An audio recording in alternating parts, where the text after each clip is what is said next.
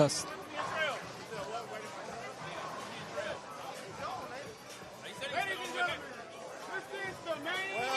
Hold on.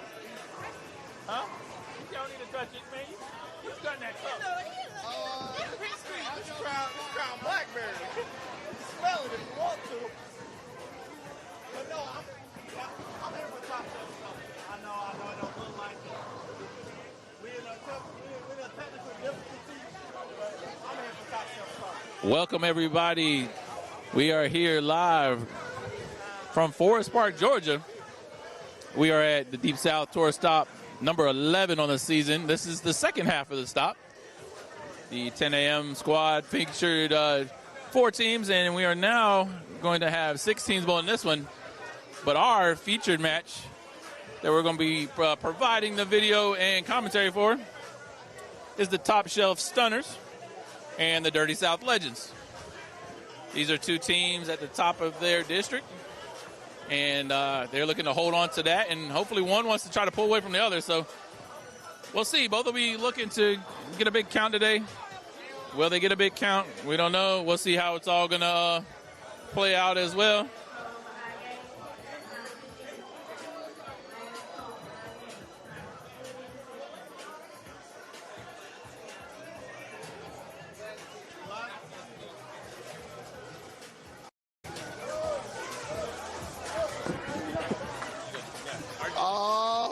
All right. I don't know if you really can't see the carpet, the crowd, but this building is rocking right now. For the 1 p.m. squad, we sitting here. Montreal, goddamn. Fucking strong-ass Gustavo just fucking, my bad, excuse my language, it's kids. This motherfucker never give me a job. What's right? Be paying my man top dollar. What's right? I'm about to go to the liquor store. Oh, I just walked from over there. Where's it at? Where's it at exactly? Look, he from out here. Where's the liquor store? That's one right there in the across the street. So we'll start today with the scratch pair. Scratch pair, Top Shelf Stunners.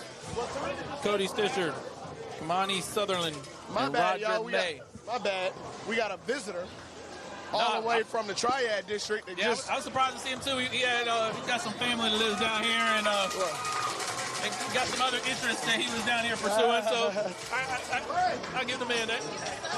Like we said, it's all love. Everybody come down here and visit. We got TJ, who was Let me get this. who was one of the big promoters. How do you feel now that your team has gotten the match? Thank you.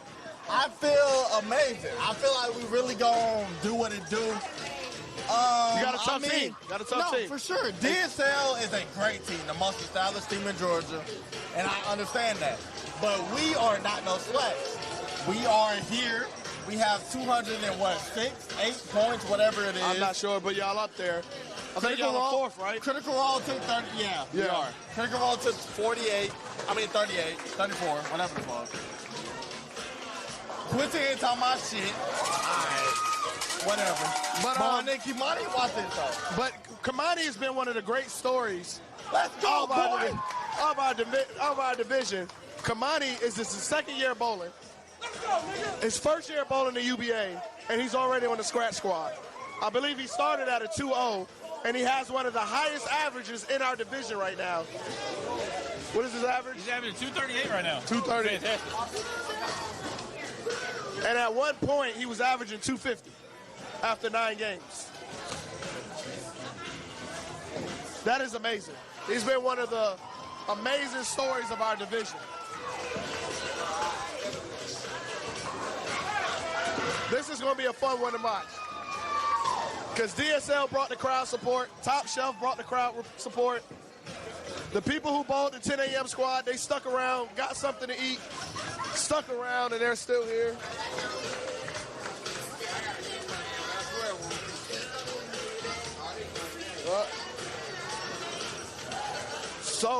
So Ray, you were here in the first squad. We used to be in a division together. How do you feel? I think this is your first tour stop of ours with the new division, right?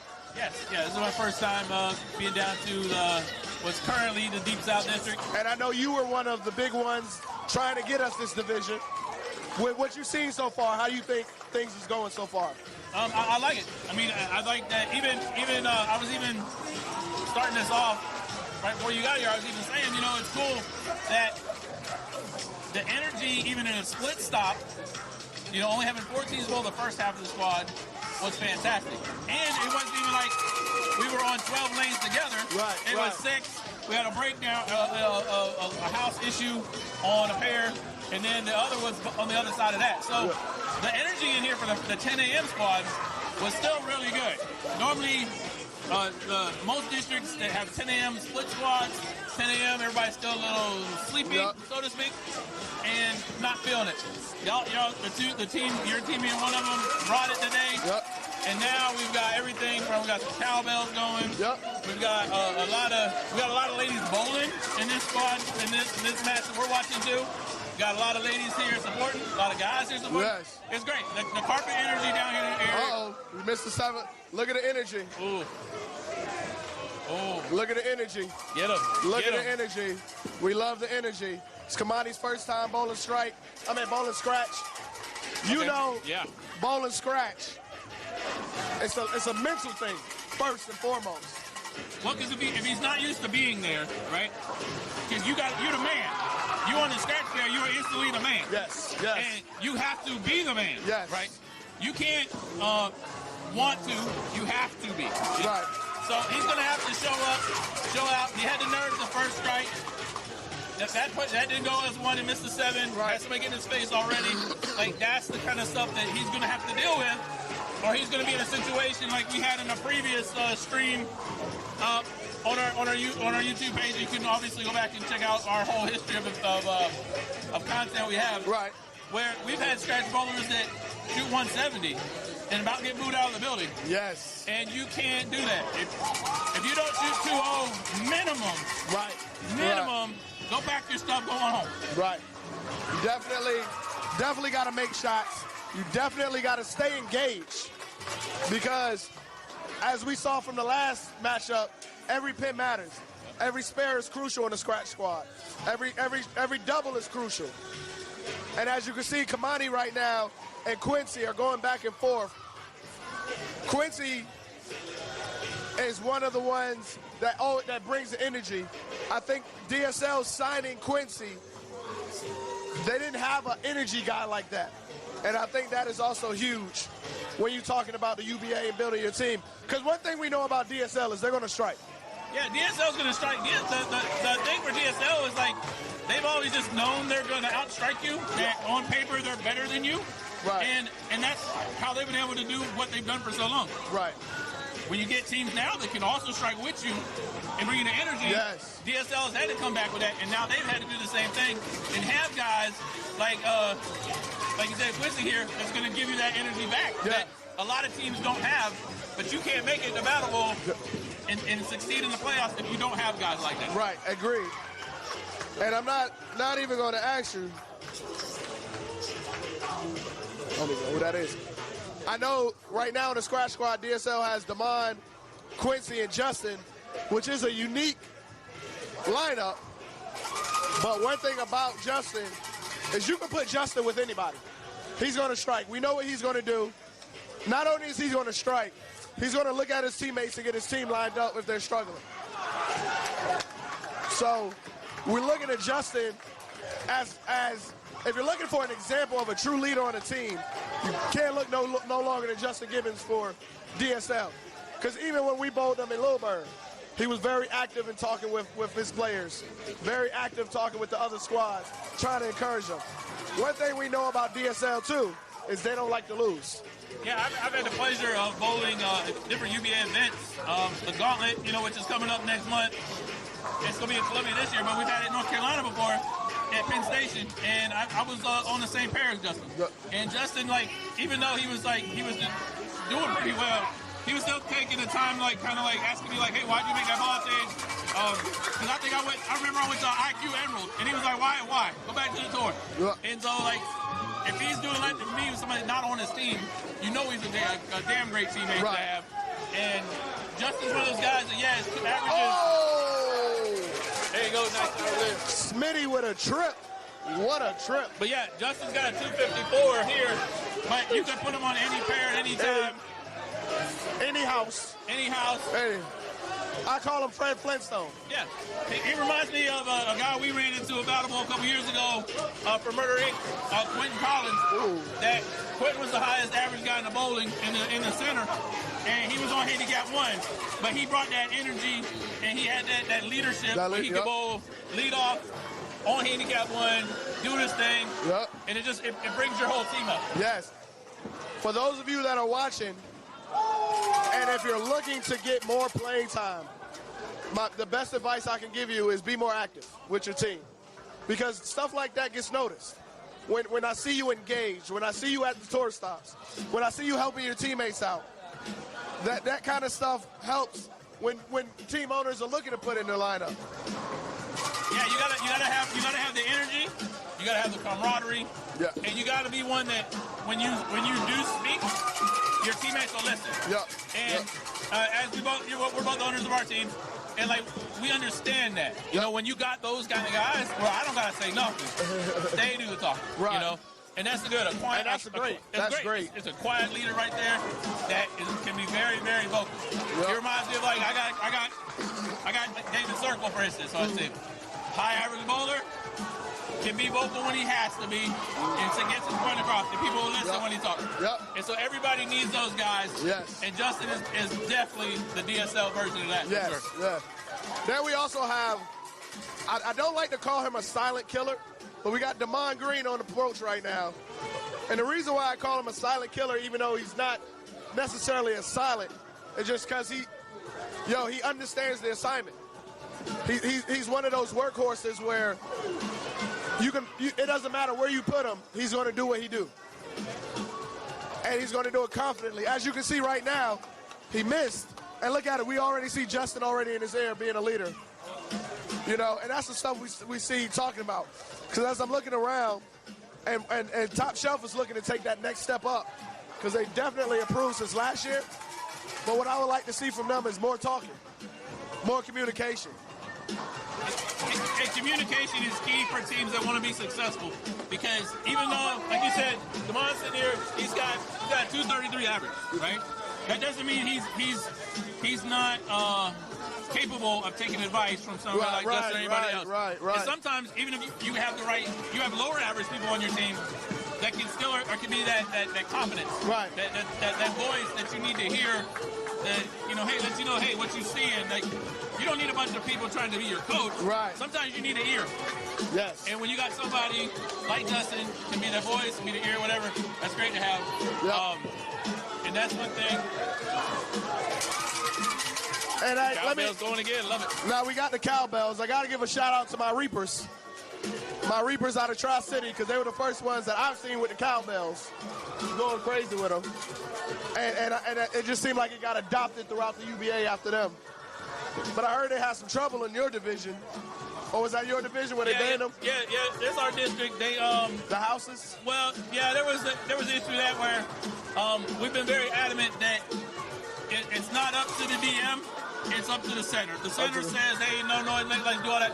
We're gonna comply with the center, right? But we can't do this without the center. Yeah, we can't do this without the center. So we gotta follow their rules, whether we like them or not. We still gotta follow their rules, and because the UBA is all about relationships. And we have to have the relationship with the proprietors. We have to have the relationship with the community, and so we gotta have it from the lowest average bowler on the lowest team in the district. All the way up to the guy that don't get no sticks. We got to have it all the way through. And doing that gets us the things that we need. I definitely agree. It is the true definition of it takes a village. It takes a village.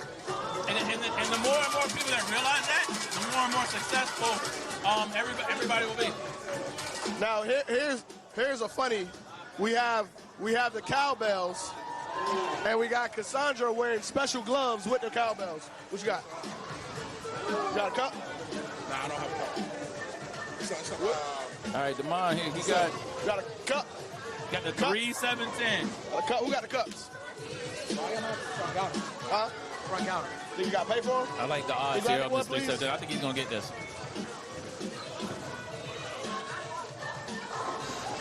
Now as Demond leads Got the it. 3-6-10. Oh, 3-6-7. Oh, it would made it worse if the pin got stuck in the curtain. The pin didn't even bounce back. He might have got it. Pin got stuck in the curtain. It was a good attempt for him, for sure. TJ, drunk TJ over here. I'm in the pit. He's we got drunk TJ. I'm in the pit and I'm commentating though. I can't even talk trash. Quincy. You're right. I can't even say nothing. So Quincy went double spare, got 3 in a row down. I'm here for the rest of the whole team. I'm here for the whole team. Are we doing an overall match? Oh yeah, overall match. Let's see. Roger May Roger with a May strike. back on the strike train there.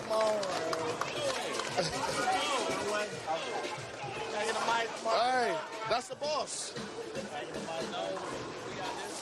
Okay. All right, just with the 4-7 lead.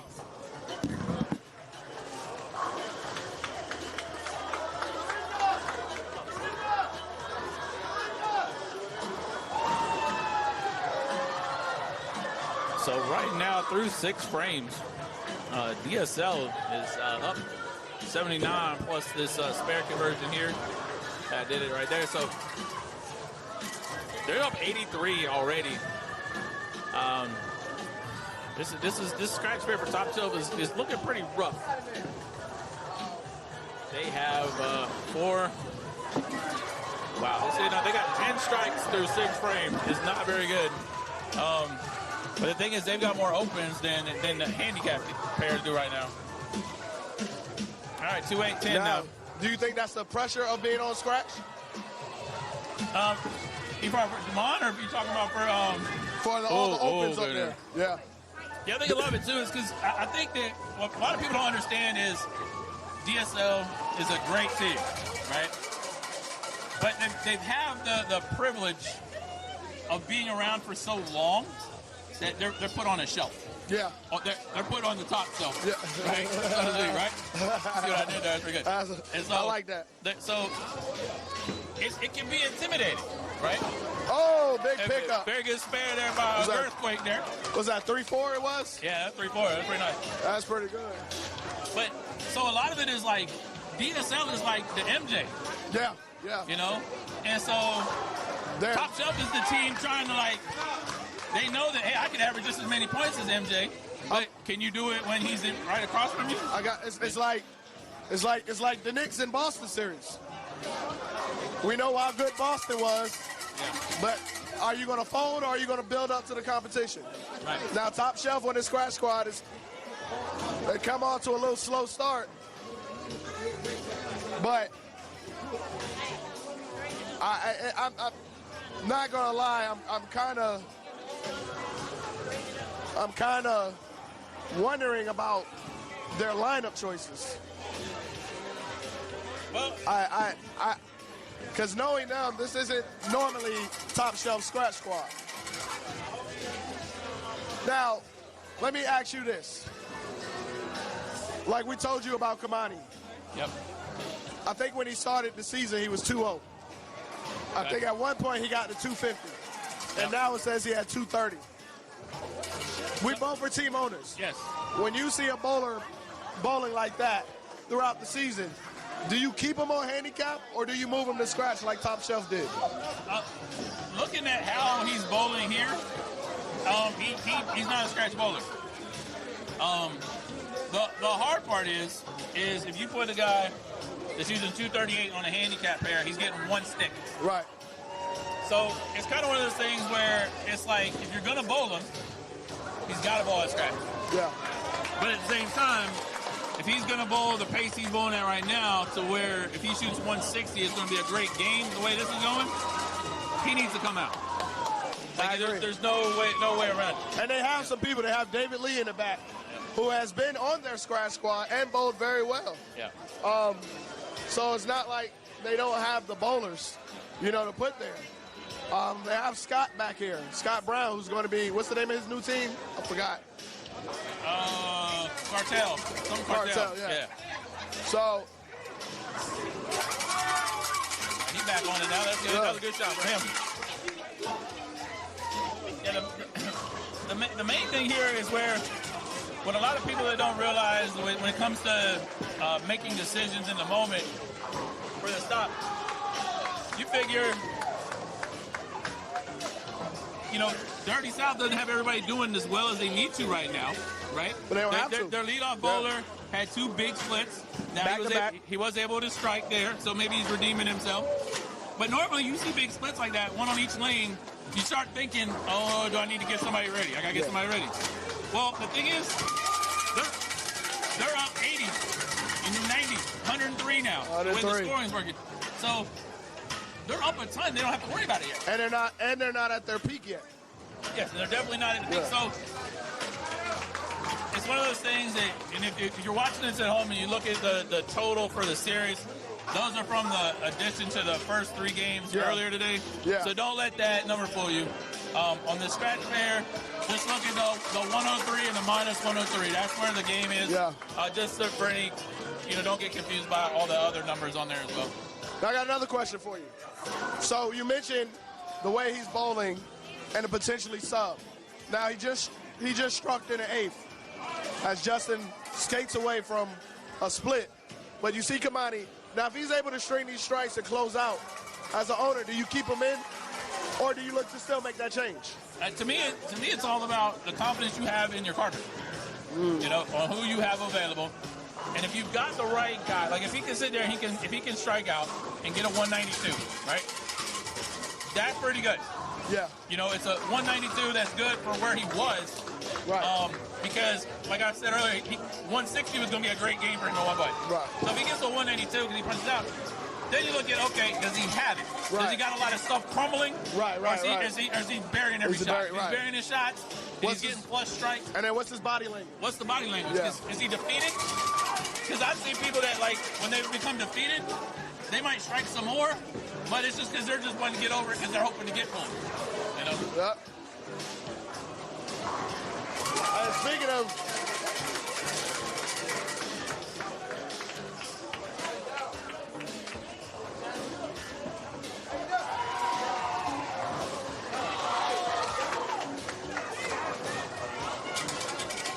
Yeah, 10-pin lead for Damon. Speaking of DSL, Yep. yesterday, Jasmine and Tamika was able to win the women's Vixen titles. As we know, this is the first year with the women's Vixen tag belts. Second year. Second year. Yep. We got one half of the tag champs, Jasmine. How does it feel to finally climb that ladder and become a champ? Amazing. This is my first year bowling UBA, so it's been awesome so far. That's good, because I was at your match. You and Tamika, I liked how y'all was able to sit at the table and communicate, and we were talking about that earlier. What is one of the things you've learned since joining DSL to help your bowling? Use your teammates and their knowledge, because bowling is about getting better. So you don't know it all, and just going in with an open mind and listening to what people say definitely will make your game better. I want to say once again, congratulations, even though you beat my girls. But it was fun to watch. I wish you well. Thank you. Everybody, congratulations. For sure, yeah. So, yeah. Quincy, what are you looking for? You found them? Oh, okay. So, yeah, it was good to see them. I'm not going to lie. Tamika was on. Yesterday, Tamika was a lady possessed yesterday. Oh, we got our first gutter ball. Joe Gill. Got our first gutter ball. As we got Justin, where he at? Strikes before the 9th, before the 10th. What is a positive thing you want to see Top Shelf come out of? Like, they're going into the 10th frame down 73. They need to keep that number under 100. I think a great win for them if they can manage to get this under 50.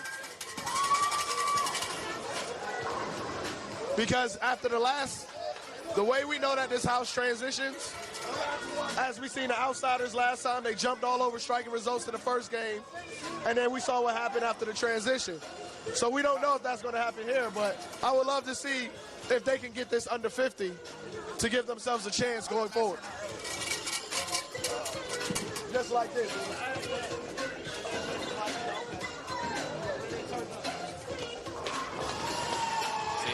He's starting to feel a transition on that left lane already.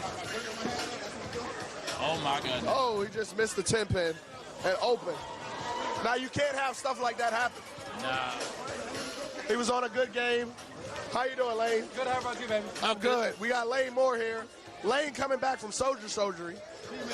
First of all, you came back from shoulder surgery and shot 860. 58. 858. Fresh off of shoulder surgery, 858. How you feeling?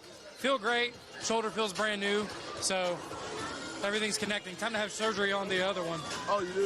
No, I'm just saying, if I'm going to shoot 858 every time after coming back from surgery, fuck, I'll keep getting surgery. I'll have surgery every week. Right. I mean, Hey, so you were on Southern Asylum previous years. Yeah.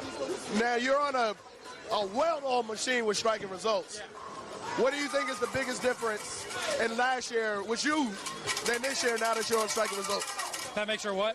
What's the biggest difference between you bowling last year with Southern Asylum and you bowling this year with striking results? Because now with striking results, you know, we have a bunch of guys that all we do is bowl. We're not bowling league and just having fun. We're here to bowl. We're here to win. So it just brings a different mentality where other teams, you know, they're still good bowlers, but they're here to more so have fun. We're here to take care of business. So it just brings a different mentality to our aspect of things. And so it helped mature me a little bit more too. So it's just, we don't make a lot of noise when we bowl.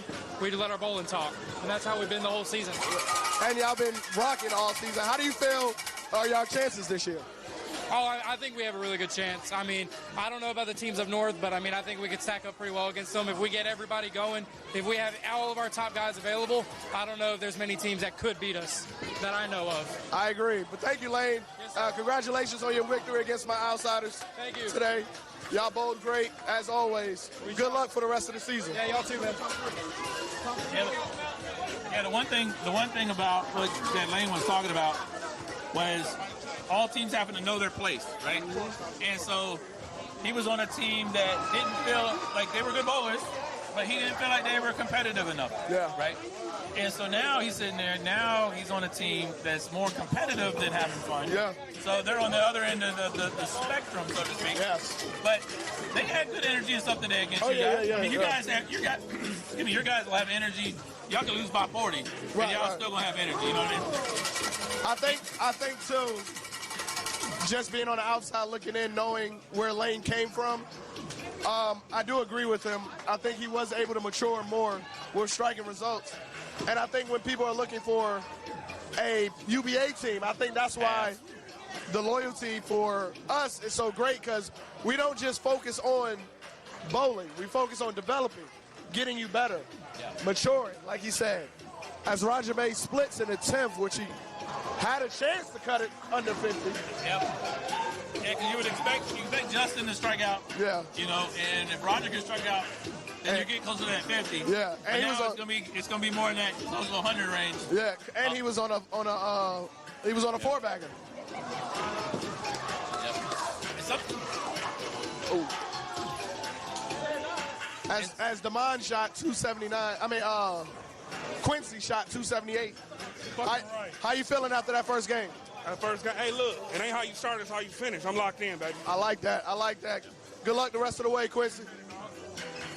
I like how he said that it's not how you start, it's how you finish. Yep. Because if you look at the counterpart he had, right, he went strikes, fair, and then struck out in the 10th.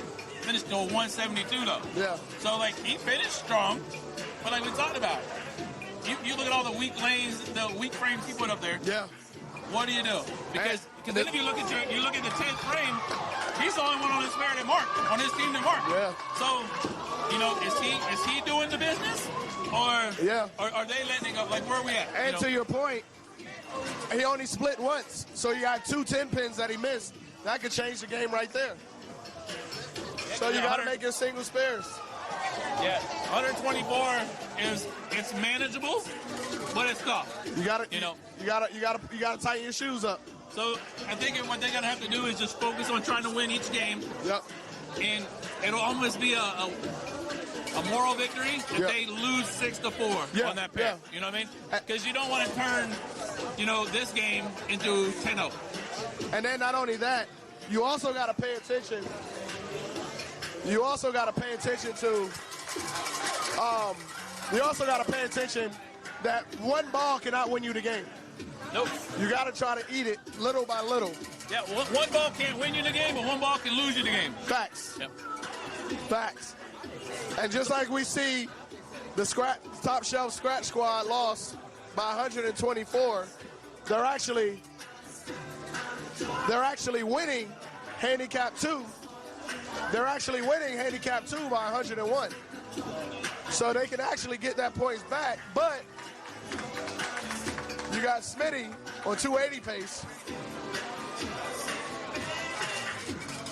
Yeah, the handicap difference on handicap 1 here is only 14 pins. So the Stunners get 14 or more on top of what they got. So they're going to make up the team total. Those 4 points for winning your pair are huge. So Scratch got an uphill battle for top shelf here on handicap 1. We're catching the end of it now. We're going to start here for game 2. But it's just great to see the dynamic of it's a total. It's not all about your pair. It's about the 3 pairs. It's about the 9 people that got your jersey on the front. And that's your logo. And that's another thing I wanted to say was a part of your mind know that you want that 10 bonus points. So when you see you're down 124, it's about chipping away so you can try to get, hoping your other 2 pairs can make up that difference, and then that you can just keep it close. Yeah, because it truly fits that mind over matter. Yes. Because, you got to have, everybody on your team has to be mentally there and mentally stable and able to go and go, okay, here's where we're at. We lost by 124. We're not responsible for making that 124 up. We're responsible for not getting it any worse and going from there. Because also you have to think, DSL just won the scratch square 124, but they just lost handicap 1 by 142. Hey, you got to get your scratch squad. I don't know what they on. You got to think about it. We need to get me the mic. No, you need to be coaching your mans up. I am, though. I would coach your team up and be prepared for a sobriety test at some point today. Is where I would be. Where I think you should be focused on, sir. That's where I think you should be. Yeah. Cool, I swear to God, I'm cool. Everybody here in Atlanta's pretty cool. It's not that hot down here yet. Oh, yeah. Yeah, I ain't gonna lie, it heated up out there. Oh, my mama is hot as fuck outside. I had a hoodie. So we got. I had a hoodie and some sweats on right before you came. Oh, my mama, I got on my UBA shirt. Whoa. That's where you should be coaching them up. Exactly why I won't be here next year. I will be at the team crash out. Y'all coming next year, all right? You see the crash out? Yeah, to see the I gotta see the logo. Back. Did y'all have a logo yet? Yeah, we do. Well, they do. I ain't say we. I'm not with them yet. As Jalen with a strike. One thing about Jalen is he's a silent killer. Because he sweats on the lane. Yep. So he fucked everybody else approach up. So You said what? On my mama though. He sweats on the lane. I don't know that. Why do I know if another man sweat? I don't want to know that. Ho. Do we have a sub? Was he bowling? He wasn't bowling. Oh, okay. Let me see. But Jalen, no, he subbed out. Subbed out who? They subbed out Tanya. Yeah, that bitch sucked. They made a. Damn.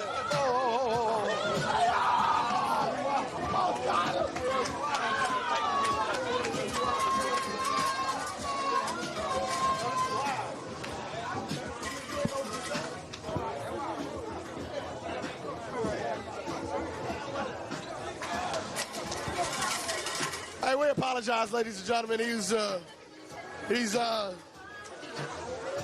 alcohol, yeah. He just turned 21. He gotta be careful. He might not make it at 22. Yeah, he just had a He gotta straight. be careful.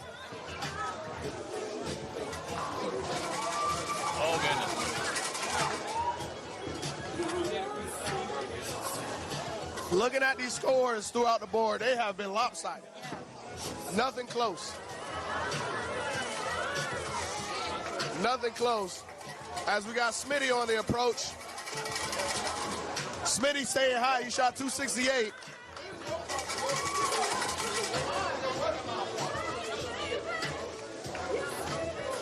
As we got the sub. Let me ask you. Let me ask you. We got Eugene Beeks here. He was at the sub in. What's your mindset whenever you have to sub in? Because you've been here before. Figure it out as quick as possible. Figure out as quick as possible. You heard it here. Thank you, Eugene. And he's not wrong. Because whenever you sub in, you get no practice. And your team is putting you in the sub, ready for you to go right now. I'm still trying to figure out why my man was trying to shoot a 10-pin on his first shot. I can't get that. Like, hey, one spare is crazy. I mean, it's better than a one miss, I guess. But and I guess at least it's the first frame. Hey. So he can still go 290, and then everybody will forget about the one spare. Except you. You won't forget about that one spare. Because I'm trying to figure out why was he practicing in gameplay. Yeah, when I saw it, I was like, okay, maybe he is. Because I've seen before where somebody wants an extra practice shot. Not saying I agree with this, but I've seen where people will intentionally throw in the wrong lane to get a shot, because then they know they ain't going to count.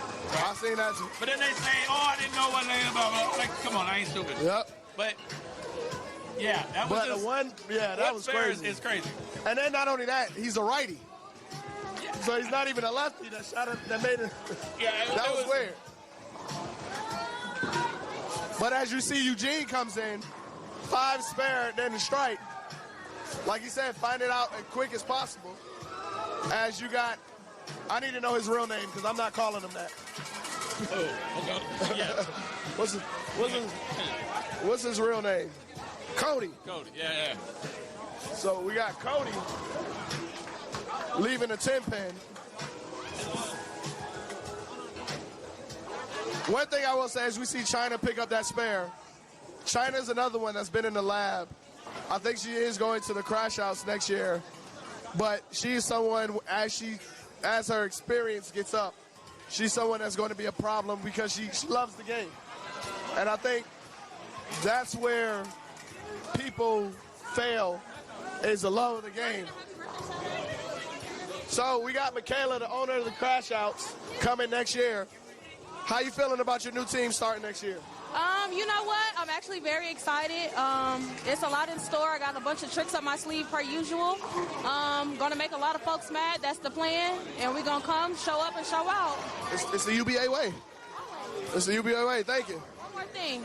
Happy birthday! Michaela got the only birthday that's 365. Yeah. Every day is her birthday.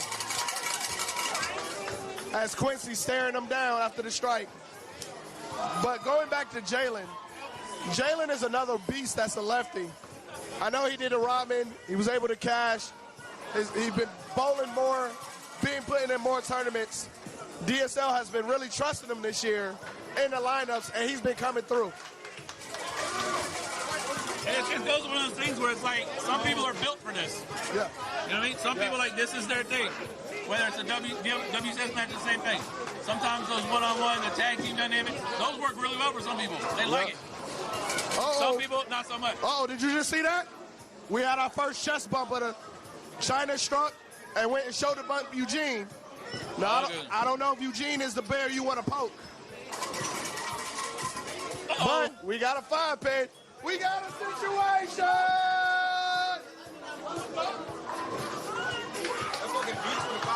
Yep. Yo, after China shoulder bumped. No, she shoulder bumped. She struck, went over there and shoulder bumped.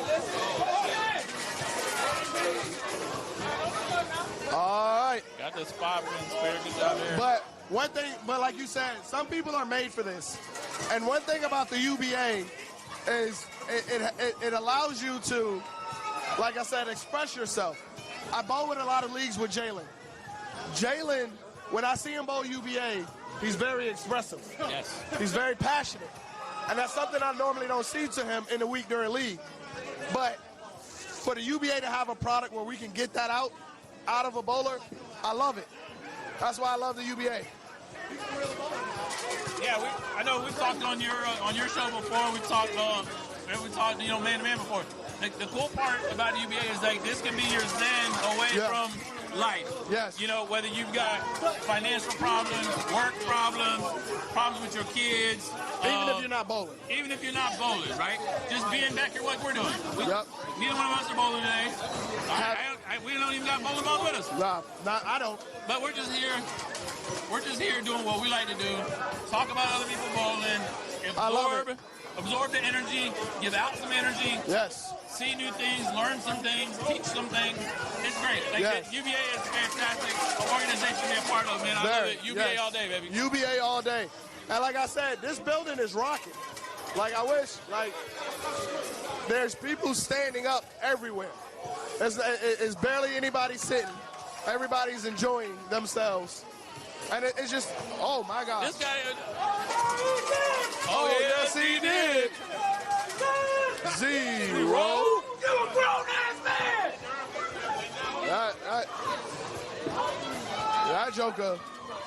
That joker went 10 pin. And then went gutter. That's crazy. This motherfucker's ass. Who? They ass. I don't understand this type of representation. Our head DSL is ass. I'm gonna get you a lane. They need juice. They need the old head Tyrone. Because this shit ain't gonna cut it. I'm gonna be real. I'm gonna be honest. I'm not gonna talk no junk about a playoff team. I'm gonna be honest with you. People run from this house. This ain't North Carolina. Hey, let me tell you one thing. Transition happens after the 5th game. Why you keep saying? So let me tell you why. Because y'all transition happens late. Don't get me wrong. When y'all transition, it transitions weird. So I wasn't. But I know when I go to Triad, I can get 3 games before I can transition. No, 2. At least about 2.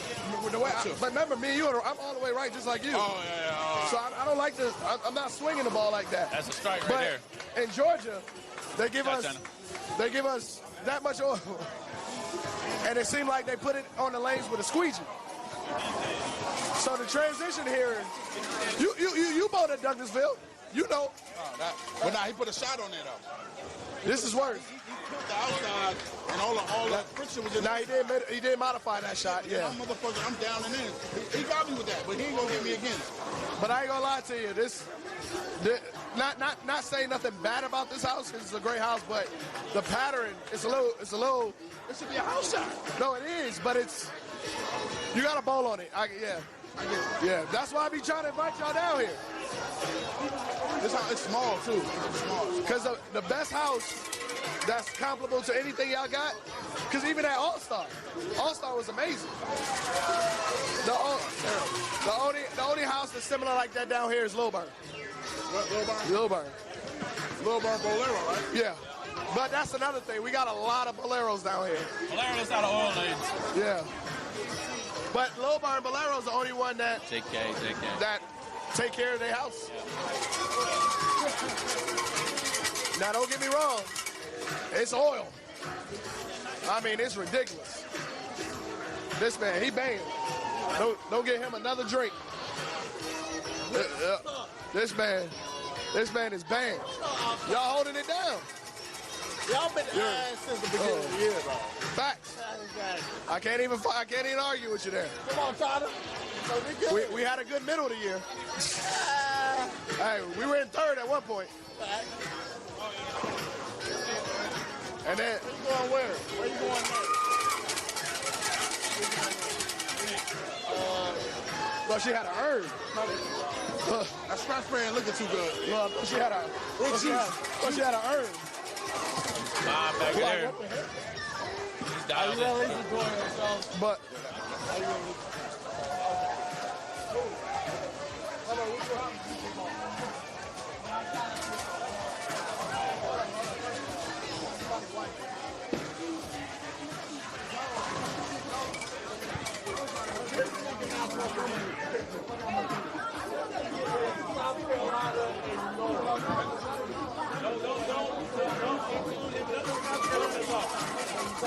Don't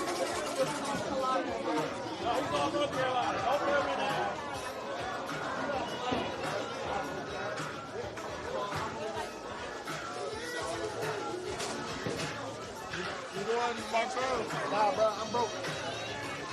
Good bowler? Here, but not here. I'm bowling here. Yeah. Oh, I thought you meant. I'm not bowling North Carolina. Yeah, Flash Weekend will be here in July. Douglasville. Early July. Yeah. No, late July. Late July, after the playoffs. The week after the playoffs. Late July. My bad, I don't make no lineups, so I don't know. I'm not good Hey, enough. get my tournament on the 7th and 8th. June 7th, June 8th. My tournament. At Royal Z. 7th and 6th. Columbia. July? 7th and 6th. No, June. At Paradise. Oh, June. 7th, 8th. Well, if you qualify from the 7th to go to the 8th, you good. There's 2 spots on the 7th, though. Paradise It's double, Lane, double. right? Paradise Lane. No, Royal Z. So we got a double tournament July 7th and 8th at Royal Z. June. All right, let's see if he can keep the ball in the middle. Because he left for some reason he's practicing 10 pins I can't in live play. Why Big say no scratch? He just subbed in. Oh, he just subbed in? He just got back from Hawaii. But as you see, he's starting to feel it. He's starting to feel it. He got that walk. He got that Hawaii vacation glow. Yeah, Hey, man, first of all, go get your jersey. Because I need to take that man out. I didn't got my jersey. It's over. I'm not bold. Where the fuck is Kamani's jersey? He owns class 1. No, where's his jersey? Oh, he don't got it. Is he leaving?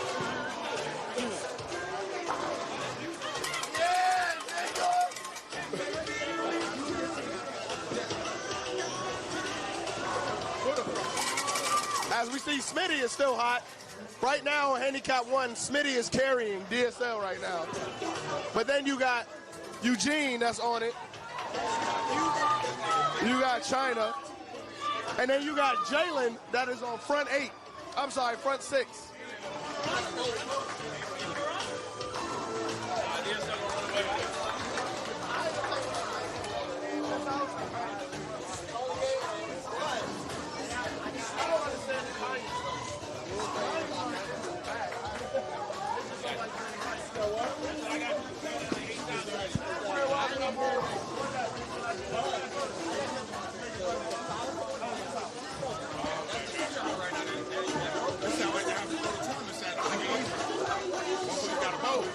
Yeah. But you got house rats.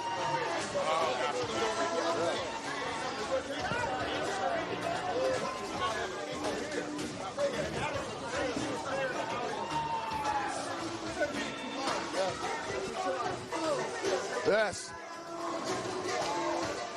So, as we got China. Oh, China went urethane. Oh. Oh. China went urethane. This shit make me sick. I ain't gonna lie.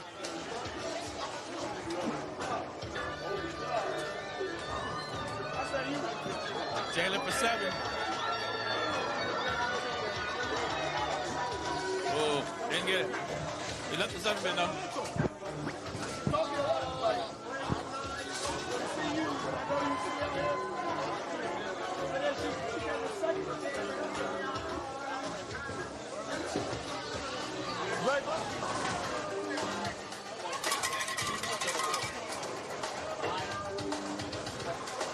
All right. Jalen was on front 6. Left a 7 pin. Picks up the 7 pin confident. Now you can just see in Jalen's body language that he's locked in. Like He was fortunate he didn't split on that one, but at least he's throwing it great. Like Jalen's focused, you know what I mean? Yes. And that helps because you get some people that don't get focused and they just bowl like trash. Right. Same thing as Smitty. If you see Smitty, he's sitting by himself. He's watching the lanes. He's watching the transition. And like I said, Eugene, he's on one right now. Remember earlier, Lane said that he needs to get more surgery to shoot better. Maybe we need to get everybody to go to Hawaii, and maybe they'll come off the bench like the mechanic here and do this thing, you know? Very good point. Everybody else bowling too comfortable. Oh, no, they've been talking shit.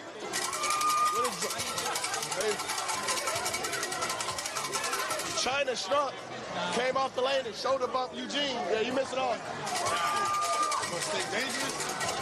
It's automatic. I mean, it's Oh yeah. It's no breaks. Oh yeah.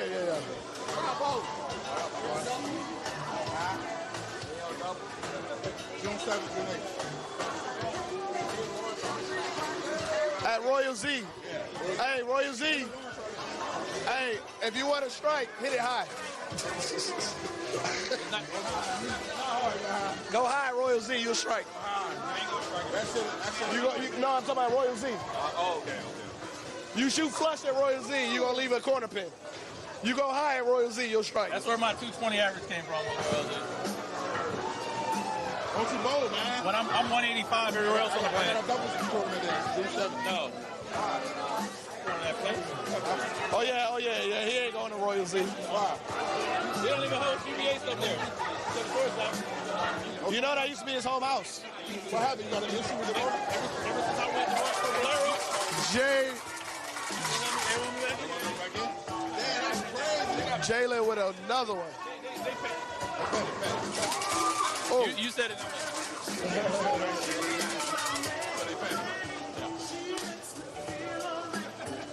and China, she went That's urethane. money. Oh, no.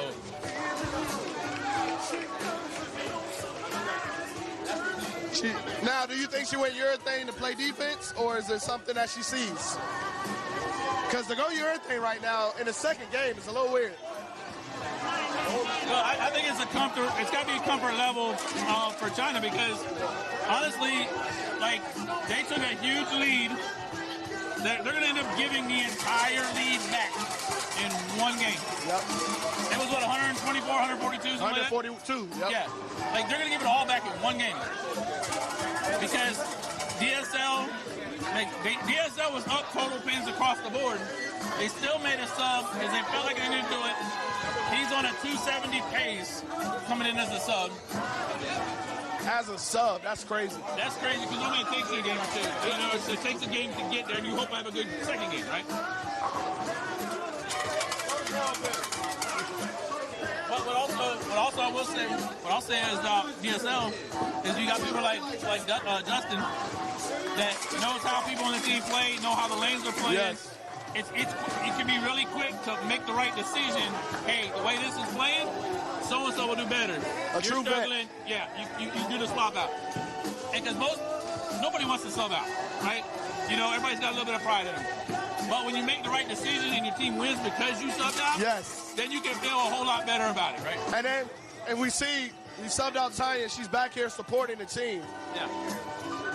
And Smitty is still striking. All right. Well, so at least all that 10-pin practice he's had so far, what are the odds? What's the over/under on him? Oh, I got him missing this. He gonna miss the inside? I got him missing. I got him missing outside.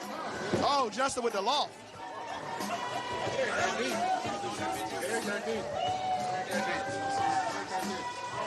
What we doing? Hey, I don't know if you hear that voice behind us, but we got in this house, Mr. 899, Demetrius Wilcox. You right here. How you feeling? Go ask him. I'm not on DSL. So, Demetrius, Mr. 899, in this house. You was on my show, you spoke about it, but tell us what that feeling is like. As far as what? Shooting 899. It's still unbelievable at this point now because if you can now see what is going on in this house, I'm still trying to figure out. Now, this is the high end. It plays completely different from the low end. But you can see now, like, throwing a good is just not enough in here. But also, you have to have people that know what they're doing, and you have to match up what the lanes are doing to kind of get that carry. So, if you see if you're looking at 19 and 20 over here, if you are paying attention, we have their second bowler, China, throwing a purple. But you see now that doesn't phase DSL over here because they know how to bowl around urethane, know how to match up with the lane and everything in case may be about that. So It's all about matching up with the right ball. And if you match up with the right ball and you're throwing it good, you're going to carry. Now, do you feel like she went to the urethane for defense or strategy or? Well, she's probably throwing it for her to match up because she don't have no ball speed. So, you know, it matches up better for her. But if you know what you're doing and if you got the balls to match up to what you're doing, really shouldn't be no problem, especially in here. Because this place doesn't get clipped. This place, big pickup. This place plays like a long pattern, like 40-foot Route 66 all the time. So you have all the hold in the world, and you just got to find a way to get the ball go through the pins. So that's all it's about. That's all it takes.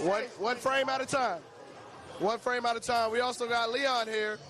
You just shot 300 in this house, what, 2 weeks ago? Yeah, about 2-3 weeks ago, I could have shot one. It just wasn't in my favor that week. Well, we're going to talk about the positive because a lot of people are watching. They're not from here. So they see the house. They see a lot of people not carrying. To shoot 300 in this house, I don't think a lot of people, let alone 899, I don't think a lot of people know how difficult it is. What type of focus do you need in this house? So let's talk about the 899 right there. That takes a lot of focus, a lot of skill, a whole lot of luck. Because, like, I say a lot of luck. His 899 got stopped by a smash and 7-pin, which should have struck. He really should have shot 900. Yeah. So, with that being said, just shoot 300 alone, focus, consistency. You gotta, like, and then, like, I say focus and consistency and all that, but at the same time, you also gotta, like, let loose a little bit too. Like, you gotta, like, just have some fun. Yep. Have fun with it, and, like, not overly think, not, like, don't try too hard. Just let it flow. Because if you've been bowling for, like, God knows how many years, 7, 8, 9, 10 plus years, your body gonna do what it naturally is gonna do. So just let the body work. Now, like you say, you've been bowling a while, but this is your first year in the UBA. How are you enjoying, and what are you learning from the UBA? Oh man, this UBA is different. The environment is different from what I'm used to, like the TNBA and the USBC, obviously. So the UBA, the constant smash talking, the environment itself, the style of bowling, it reminds me when I used to live up in Detroit. Yes. Like we used to, especially the smash talking. All of that happened up there. Same thing that happens down here in the UBA.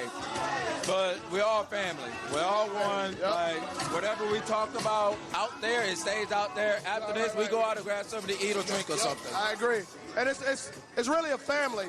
But when you're in competition, it's all for one. It's all for one. Appreciate you. Thank you for joining us today. And nice 279 for Jalen there. Tell you, Jalen is locked in right now. Going into this third game, like you said, they gave it right back. Yep. They gave it right back.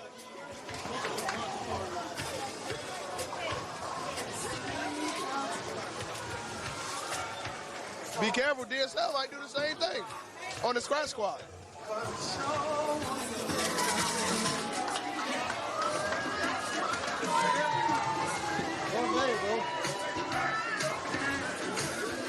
We also have our lovely DM here, Christy Lee, who's you just moved down here to Atlanta, but you have been in the UBA for quite a while. So first year as the district manager with the Deep South. How are you enjoying your experience so far? So the energy for these tour stops is absolutely unmatched. It's like a playoff environment every tour stop. I don't know if you guys can hear the background noise. Oh, yeah. This is a split stop. We only have 6 teams bowling. So imagine when we have all 10. So the energy is definitely amazing down here. And I want to also give props to her first year being down here. She's done an amazing job. We appreciate you, Miss Christy Lee. Oh, that's shine and splitting. Now, I want to say something. Earlier, and I'm a fan of don't let somebody just come up there and strike. China's been messing with Eugene for the last couple of frames. And she got him off of his streak. What are your thoughts on gamesmanship like that? So the gamesmanship line in the UBA is very thin. It's very thin. if anybody is going to try to distract the other person, hey, it's welcome. I think we've talked about it before. We almost got that old USA Network kind of thing, characters welcome. Right. And so, hey, we welcome that. We want whatever method that she wants to do, or another guy, she wants to go and shake it for somebody and kind of distract them. Hey, that works. Right. I've got a guy on my team, Jonathan Bali, that is by far, he'll challenge anybody to a ball return riding competition. His videos doing that get more views than anybody else's. I know there's some people down here that would like to fight him for that title, but if it's the distraction and it causes the other team to struggle, it causes them to struggle. It's no different than her cowbell. Right. Yeah, the cowbell's like, why are you listening to them? If you can hear the cowbells when you're on the approach, something wrong between your ears anyway. And I gotta give you and the Complete Anarchy credit, because when we were in the same division, y'all taught me and the outsiders y'all gave us our first real UBA experience.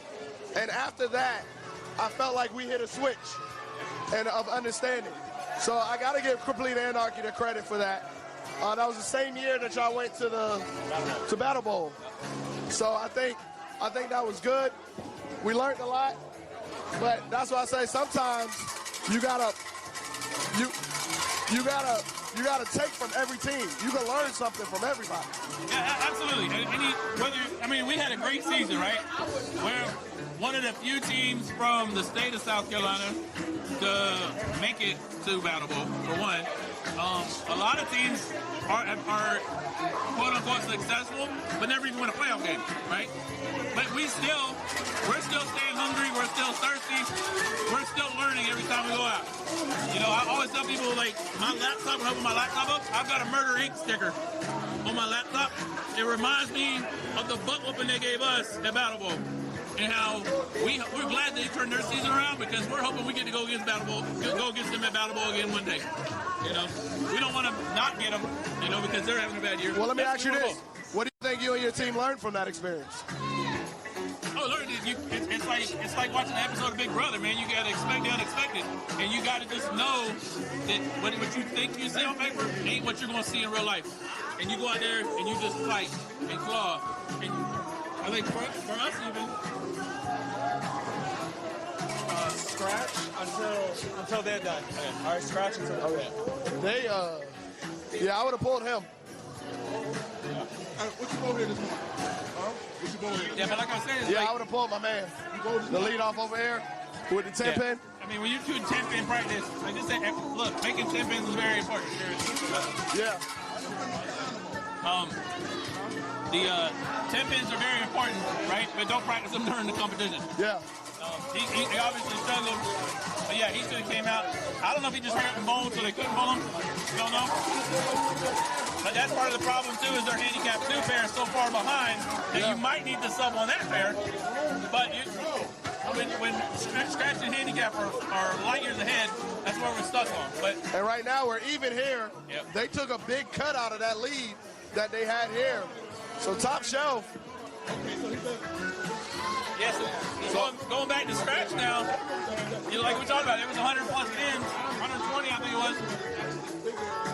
And they cut 80 into it, I believe, put it in the bin. So listen, maybe they just didn't need the camera on them. Maybe they both better with no camera.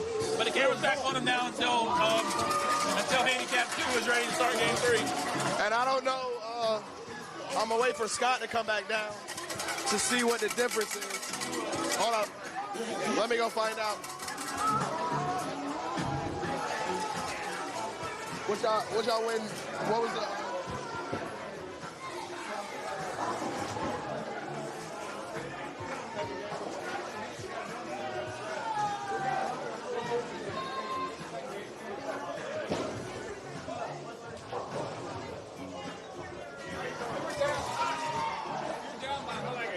Two 410 here for Mr. Gibbons.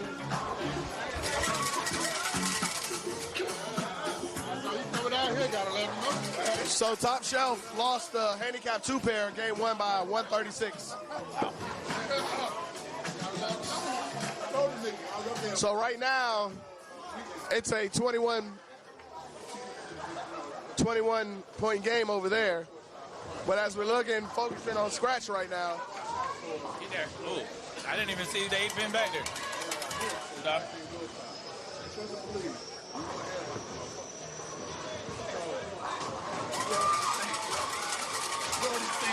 I took it personal. That was motherfucker said.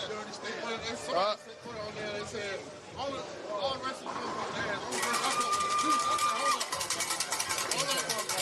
Why is Demetrius in here looking like Ray Charles? You know what I'm saying? That's why you shoot 900. He couldn't see it. He couldn't see all 10 that right. Right. Jalen is, like I tell you, Jalen is locked in. I know everybody's worrying about Eugene, but they're forgetting about the silent killer in Jalen. Yep.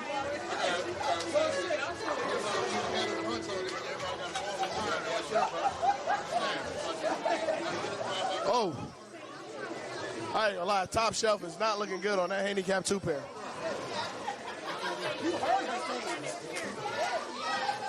So as we got Quincy in the second frame, looking to double up. And he does. Yeah. And he does. Just like we were talking about earlier, when you have a lot of speed, you got to be careful with it because it can get away from you. But when you're able to control that speed, you can be real dangerous.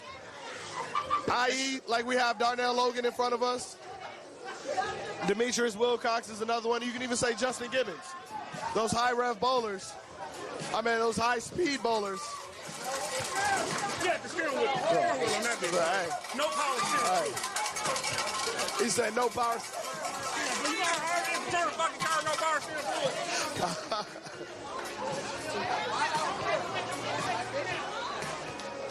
This is still anybody's game.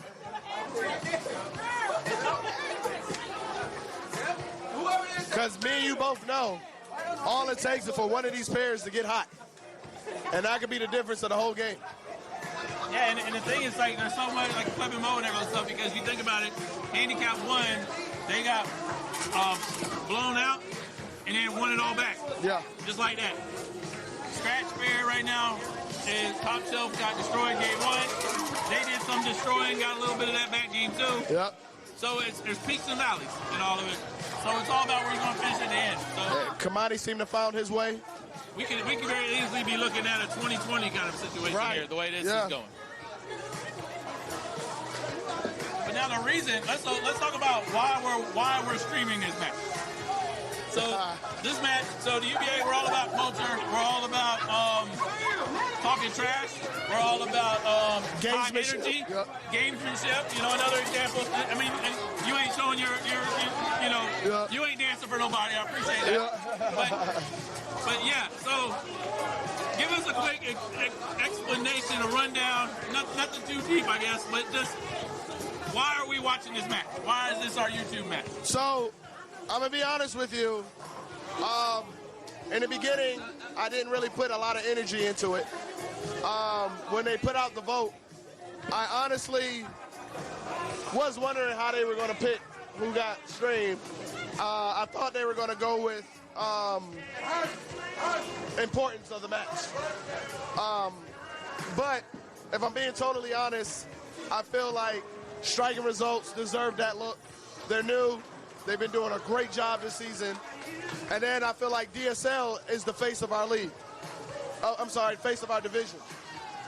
They've been the first team in the Georgia. I believe they deserve that look. But Full Throttle was campaigning a lot. And they had the votes.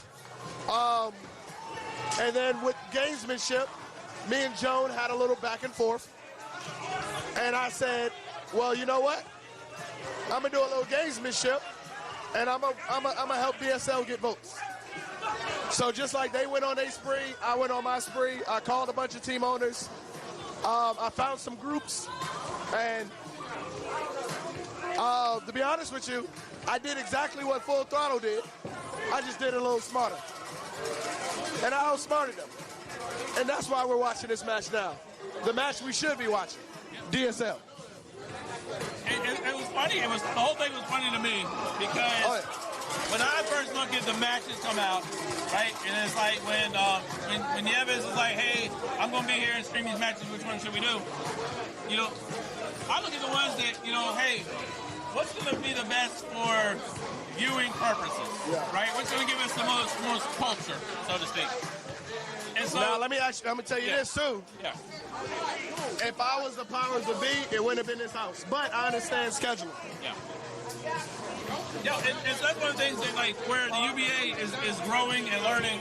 And me and actually Nieves were talking about this earlier too, where, you know, next year it's going to be, hey, let's reach out to the district first. Yes. And see, hey, what are good ones, and then work it in, because like he's doing the best he can right now. With he's solving the first question. The first question was like, how come my district don't get viewed? Right? And he's done an amazing job of that. He's going to get, I think, every district this year. Yes. And it's fantastic. Right? And I even criticized them about doing it here. And he said to me, Montreal, it makes more sense because we can get more than one with dual stop. So when he said that, it made sense. And that's why he get paid the big bucks. Yeah. But yeah, that's the good part. So I think what we'll see next year is we'll have the communication of, okay, hey, DMs, what are some tourist stops where you're going to have interconference? What are some you're going to have the split stops? Yeah. You know, are there any that are going to be like position rounds too? Right. Because I'll be honest, nobody wants to watch a 9 versus 10 match. Right. Right. But a 3 versus 4, 1 versus 2. So yeah. A split where it's like like if for say you lost half your team and went and started another team, and they're bowling you guys next year, that's like must-see TV. We want to see, is everyone going to stay calm? Right. Or are we going to get an overkill on culture? We want the storylines. What's the storyline? Yeah. You know, a lot of it's like the same wrestling kind of stuff, you know? So it's very cool. I'm glad that he's here. I'm glad that we're seeing this. Yep. You're getting two matches, getting 4 teams featured basically out of 10. That's pretty damn good.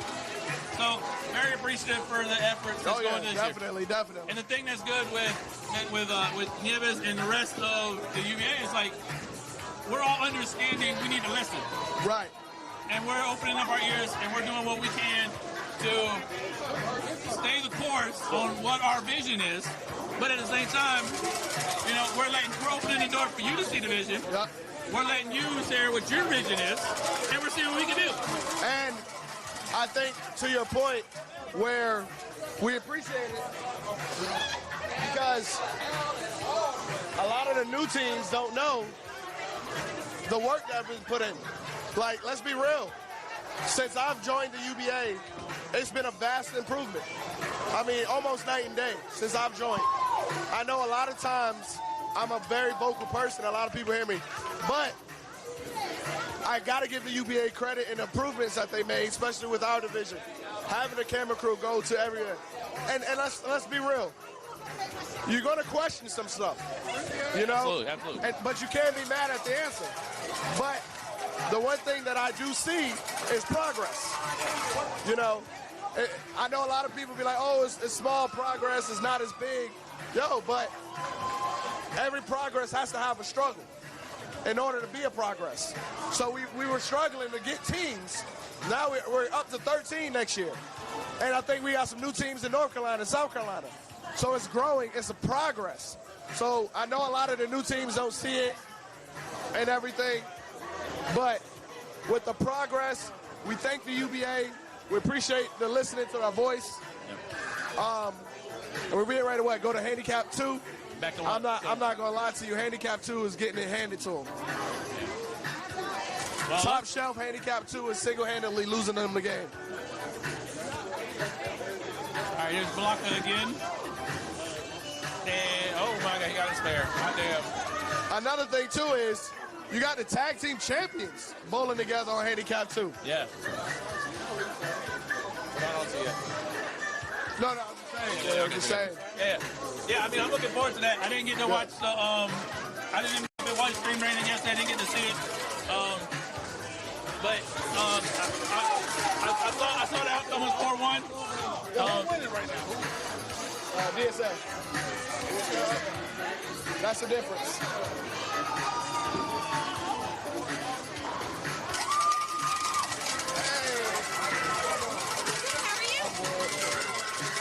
One thing I also want to give this district credit for is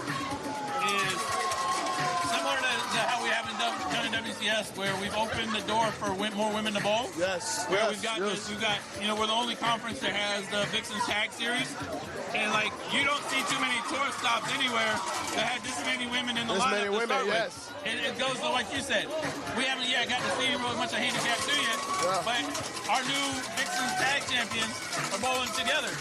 And you don't ever see that. You don't see two women bowling on the same pair very often. You got some teams like Savages that we do every so often. Like Caliber do it every so often. You know, you get some of it, but it's just really good to see this many women bowling and UBA doing everything we can, especially in the South, to encourage them to bowl more and show that they're a prominent place in what we're doing. And out of 9, what is it? We got 4 women bowling in this squad alone. I look down here. I see about 3 women bowling for Southern Listics. I think Batting Pitchers has a couple. So the women in this area is definitely growing. And Kamani on front 5 after 2 brutal games. And that is confidence in your bowlers. Because some people would have pulled them. Yeah, we had that conversation, you know? And so it got to where, you know, Top Shelf had to decide how they were feeling about their bench, how they felt about his improvement at the end versus the other two. Remember, the other two opened in the first game in the 10th. So far, it looks like they made the right decision. Justin with a nasty 8-pin. 9-pin. That was a good ball. That was a tough 9-pin. 8-pin, I'm sorry. Roger May with a 4.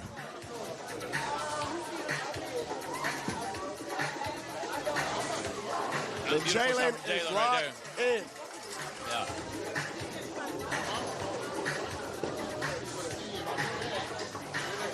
Yeah, Jalen is locked in.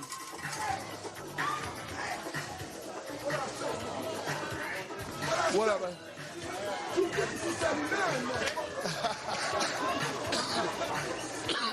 Oh, that's not good for China. China has been bowling very well. How many? You got how many? And she's getting 35 sticks a game. So the work that she's been putting in is showing. Yeah, the thing I was saying that I like about the ladies down here, whether it's been with MK, whether it's been China, is they're getting on, they're streaming a lot of their practice, a lot of their bowling, and letting other people see it, let other people critique it, you know? And so you see them being successful. How you doing, man? I had breakfast with the wife. Huh? I had breakfast with the wife. That's why I couldn't make it. She brought a crab tomorrow. Oh. That's a big miss. He definitely needs 10-pin practice before he comes back on the scratch squad. Yes. He's missed too many 10-pins. Because as of right now, they done took the lead back. Yep. But those 10-pins, and Eugene can't afford to go shot for shot with China with her getting 35 sticks. Kamani, front 6. Oh, shit! Oh!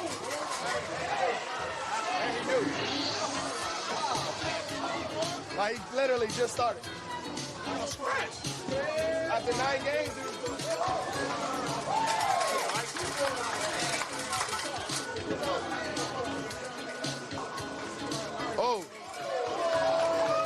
Oh, Flint with a big pickup. I know we're not on handicap 2, but he just picked up, I think it was the 6, 7, 10.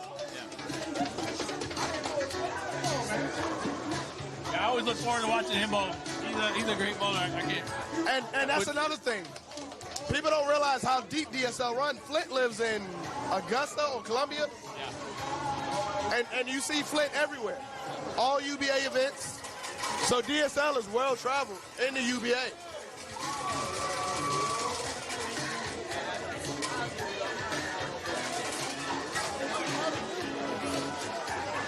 Jalen shoots out his 7-pin. And he makes it. That man is confident. He is locked in. If I'm not mistaken, Jalen has been clean. Yeah, he's been phenomenal. Yeah. And there's just no other way to look at it. He's gonna be the leadoff bowler, but he's the anchor of that pair. And speaking of anchors, you got Smitty. He shot, what, 268, 240? Yeah. Now he's back on 280 pace.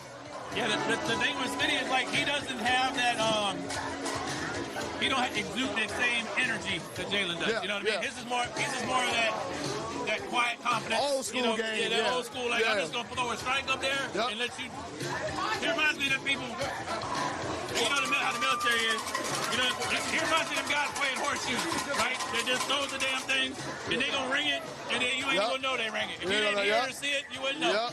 And that's exactly how he is. Right here, you're going to bury this one. Oh, and he stays hot. Man. Little bit, that's probably the most fist bump he's had all day. And China almost had that one. If I'm her with 35 sticks, I'm still not holding my head down. 200, 199.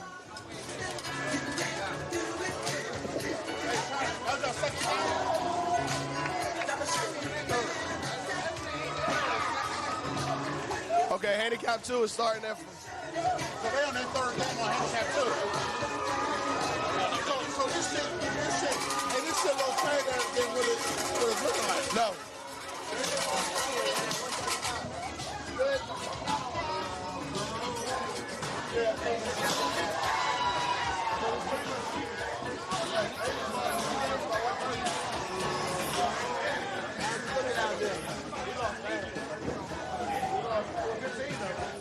Ooh, she missed that one. Come on, Jazz. This is third game. He has like 8, 9. 8. I got 10 or something. All right, this guy's name is Clutch, and he left the Big Four. Yeah, it wasn't very clutch, but that was the first one we should see. Look, we even got the dog watching. Yeah, I mean. Come here, Freddie. Freddie.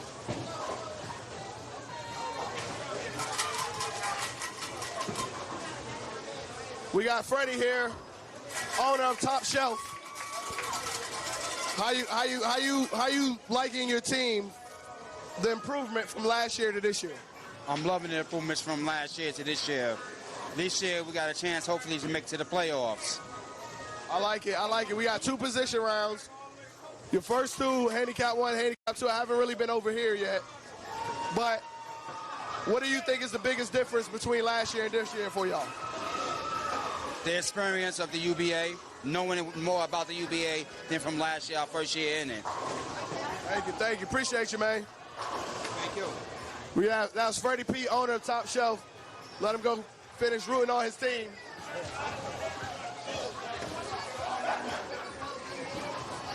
We got, all right, Joe, we watching you.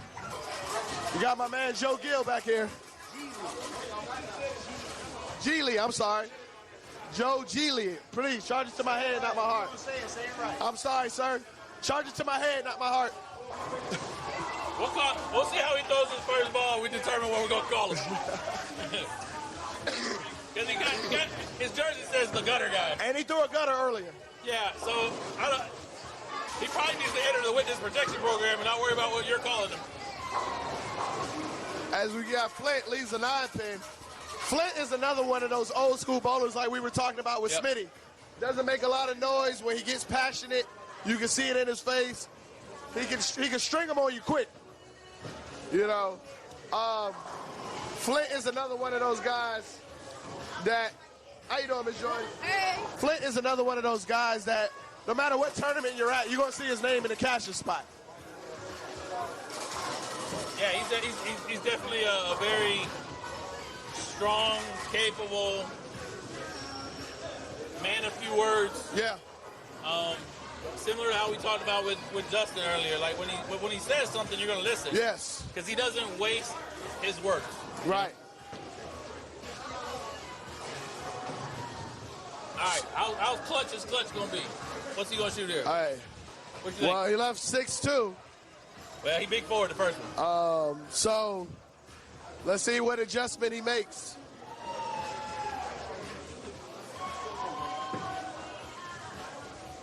Oh my goodness, that was not the right adjustment. Yeah, that was slow. A little bit slow. Now let's see what half of the tag team champ. Not making it no better.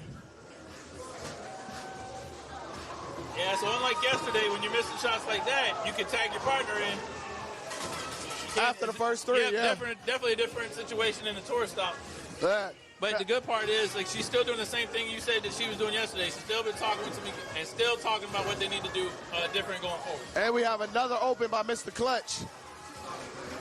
I think we need to get a dictionary out and explain to him what the word clutch means. Or you need to watch a Jason Brunson game. Maybe he's talking about a clutch in the car. But yeah, okay. Maybe that's what it there is. And not on the lane. Yeah, maybe a car guy. Yeah, that's a good point. Yeah, because they got Hot Rod right here coming. So that makes sense now. Oh, okay. So now we got Clutch and Hot Rod. Okay. Yeah. Yes, we getting in now. It's all making sense. Oh, and we got the mechanic. God damn, we got the mechanic, Clutch, and Hot Rod. Okay. We got them both. Where's KC at? Maybe he's looking for some people to help in one of his shots. To help detail. We're finding them on here tomorrow.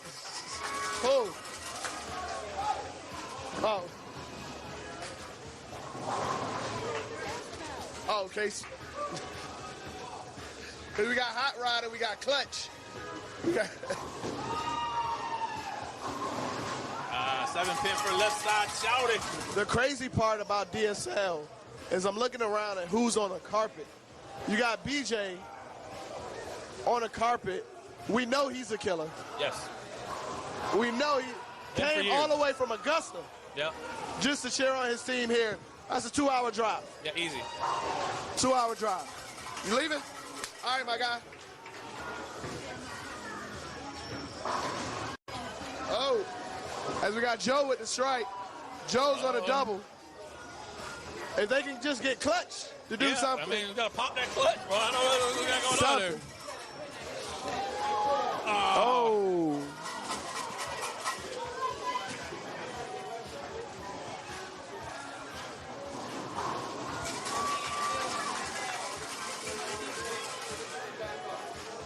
This is going to be, this is one of those matchups where I think Top Shelf is fourth. DSL is second. We have 2 position rounds left. It's going to be interesting to see if Top Shelf can erase this loss and get prepared for whoever their matchup is to try to get back into playoff contention. Yep. To see if they can climb up to face Critical Role for that last spot in the playoffs. Yeah, see, the hard part that this district is going to have is the fact that the teams are so lumped together that you're not going to have a 4th or 5th in the district have much of a chance at a wild card. Now, you guys still got 3 door stops left after today. Yeah, I think when I did the math, I think the wild card for I think it's out. Yep. It's not impossible yet, but it's still one of those things where, you know, oh my goodness, that pin moved a lot. That pin moved a lot. Yes, it did. And Wow. There we go. The rack knocked it down. That's fantastic. Let's see what Clutch does here.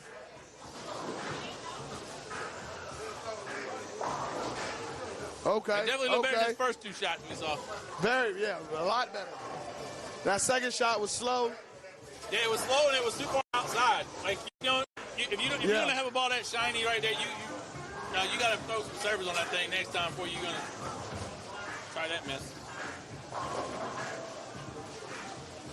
Now I know Kamani was on. What did he go?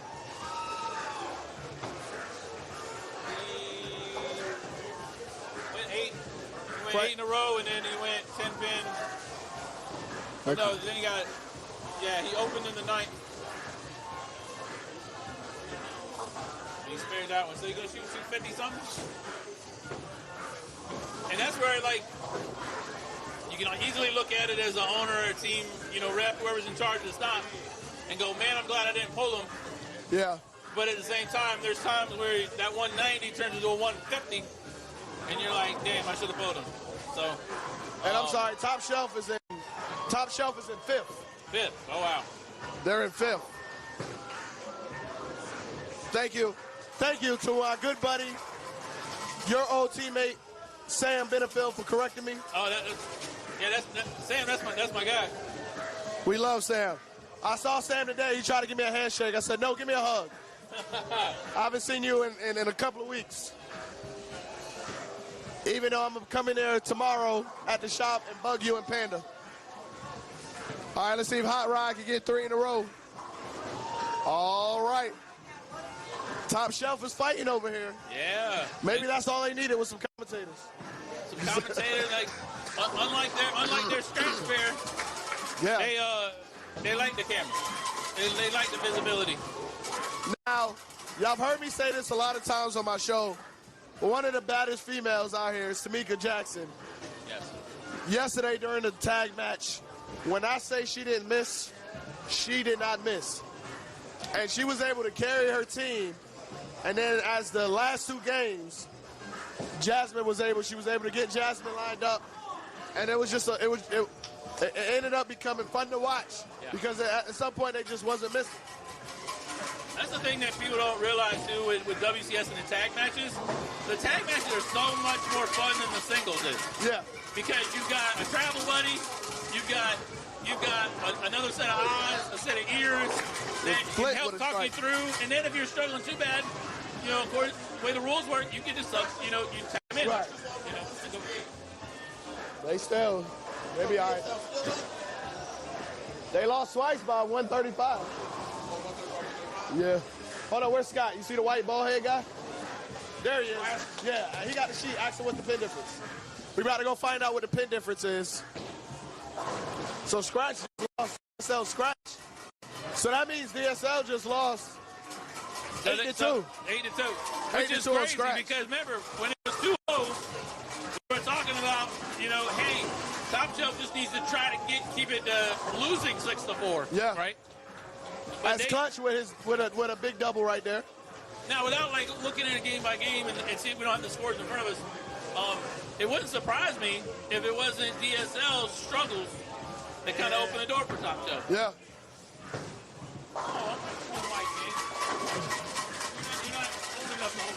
He said you're not. So we got. What does that mean? Hey, look, you still you ain't got hair on your chin. Hey, go ask Scott what the pin difference is. Ask Scott what the pin difference is. We won't. No, overall. That kid's something else, man. He's drunk. That ain't how he normally acts. He's drunk. This is big. We're trying to find out what the pin difference is for y'all because Top Shelf is turning up right now. As Jasmine knocks down. What was that? Was that a 10 pin?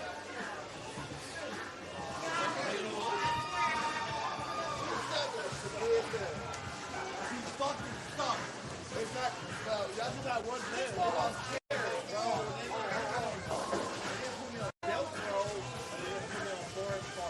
That's stupid as fuck. Nigga, this sucks. I don't know you not putting me out there.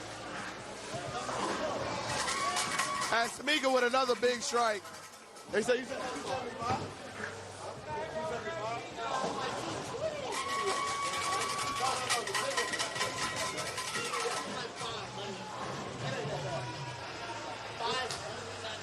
Y'all not losing by that much. We know y'all not losing by that much. Y'all not losing. Okay. We still don't know how much they're paying.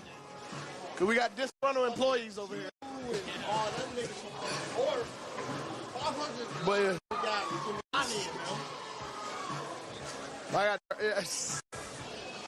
So we got. You said you going to crash outs next year?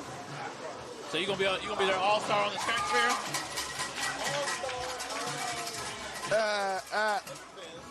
It depends. Who else is going to scratch out? Flint. Oh, 10 pin.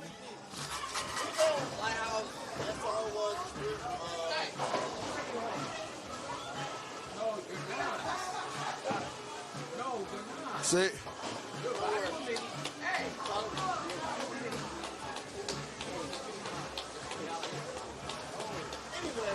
All right. I think that they are down by 200 DSL.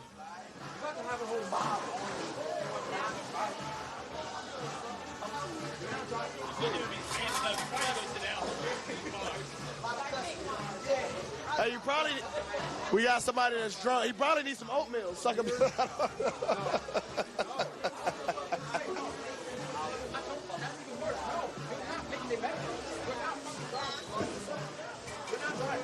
All right.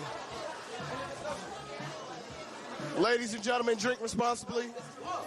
What's our new sponsor? What's the new? Hey, that whiskey. Oh, that whiskey. Yeah, that's good stuff. What? Is it good for real? Yes. Yes. Is it sold everywhere? I got a bottle at home. As soon as that deal was announced, I went and how you say it? Hot stuff. I just call it slow and roll. Okay. Slow and low, because I can't pronounce that. What the name I can't of it. pronounce it, but the UBA is now brought to you in part by Slow and Roll Hatsadasser. If I'm saying it wrong, I apologize. But make sure you always drink responsibly. If you're going to drink heavy at a tour stop, make sure you have a designated driver or the Uber app. So, hey, you don't have to take his keys. Yes, I do. No, just flatten his tires. I got an air pump. I'll give you the air pump. Just flatten his tires. That's simple. Stop fighting with him. Hey, take the scrap off and then flatten his tires. I'm dead for that. We just do that most. Can't go nowhere with two flat tires. Yeah, you're right. We just take the air out. I can't take the core. You got to take the core out. No, so the cap. All right, Clutch going for a turkey. I don't think he was going to get a turkey the way he threw his first two frames. Is he going to get one now? Let's see. No, that ball didn't grab. Man. Yeah, 210. He's lucky that the 8 got out late. That honestly. Because what a lot of times too with the UBA is you gotta know when it's time to step on. You know you're down big. You lost 2 games big. You have an opportunity to win this one big. You gotta be able to step on it. You gotta be able to strike or at least spare. A split when the other team is struggling. Well, you think about it. We talked about this with the scratch fair, where they lost big game 1, and we were kind of riding them off. Like, hey, with best case scenario, you get some points, right? Yeah. They flipped it on them 8-2. They flipped it. And so, in any game, you flip that culture, you flip the script, so to speak, on them, and you can do that. You can sit there and run someone down. The odds aren't the best, right, you know, right. But it's still a very doable thing for sure. But you got to make shots. You got to make shots. You got to continue making shots. And they have a big chance. Because Hot Rod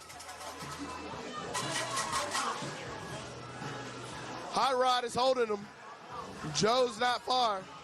Let's see Hot Rod. He's on the approach. Oh, left for 4-pin.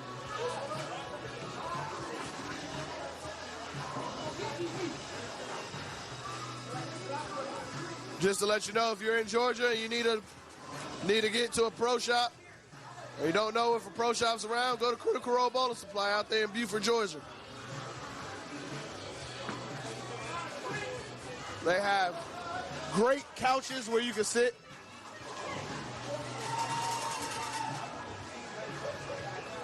I don't know why they're fighting with it.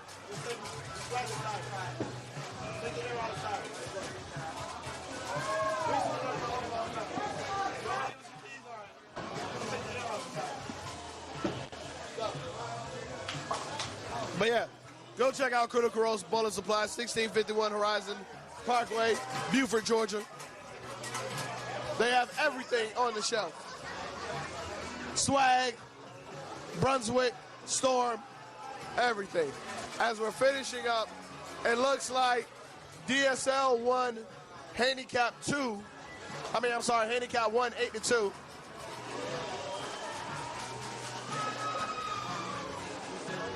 All right, we're down by 184 points. All right, we got Cody here. They're down by 184. You were able to swing that scratch pair after the first game. It wasn't looking too good, but y'all ended up winning 8-2. What do you think was the difference? I got in a different ball and figured out how to bowl. Now, do you find it being extra pressure being on that scratch squad than the handicaps, or it's just bowling? It's just bowling. Just bowling. Great job today. That's not an easy scratch squad to win. And y'all was able to weather the storm. Great job today, man. Y'all put yourselves in a position. That's all you can do. Great bowling, Cody. All right, Jasmine with a big strike right there. That looked good there, too. Yeah. So like you said, like we were saying earlier, we see the communication. Yep. We see the adjustments by DSL that we're not necessarily seeing fully from Top Shelf. Yeah, you've seen this, whether it's, other store stops here or previous districts and stuff. Is a lot of times somebody throws a good shot, bad shot, they don't even go back to their teammates all the time. They'll kind of wander off.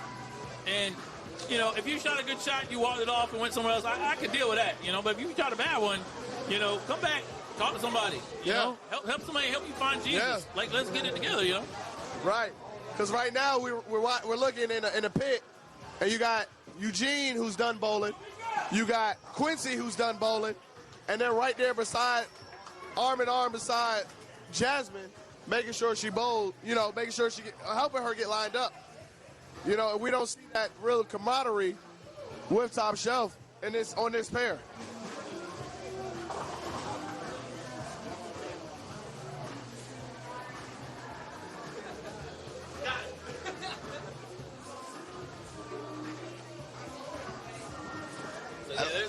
So this right here, the best case scenario is 28-12 DSL. More than likely, I think it's going to be 30-10 DSL. Yeah. Because handicap 2 is down by a lot and then a lot more. So they have no chance of making up for the 4, but they could salvage this game for sure. And this is what I wanted to talk about this earlier. We kind of got sidetracked. But in the UBA, you really can win one pair and win the match. Yeah, I mean, absolutely. Like, even there's been times where we've bowled teams that we knew that their highest average on the scratch pair is going to be 210. And we still were like, okay, well, we're going to throw three 230s at you. And our goal is to win that pair by enough to where we cover the 10. So we look at it like, hey, they're going to get 20 on scratch. Yeah. And then it's handicap, like, just do your part, You don't ever want to never take your competition for granted. Never. Never. That is a great piece of advice. Because both UBA bowling in this format is really no different than, we've all seen the movie Any Given Sunday. Yeah.